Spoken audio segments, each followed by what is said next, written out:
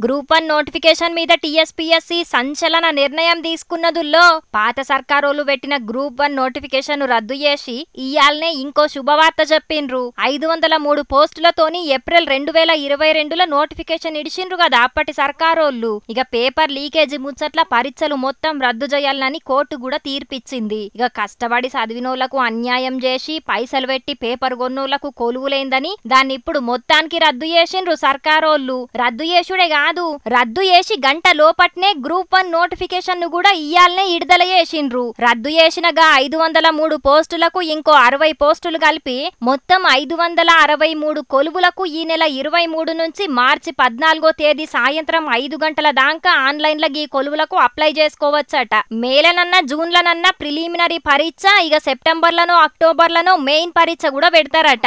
ఇంకేంది మరి, నిరుద్యోగులంతా తయారుగుండుండ్రి మరి, ఏమంటున్నాం.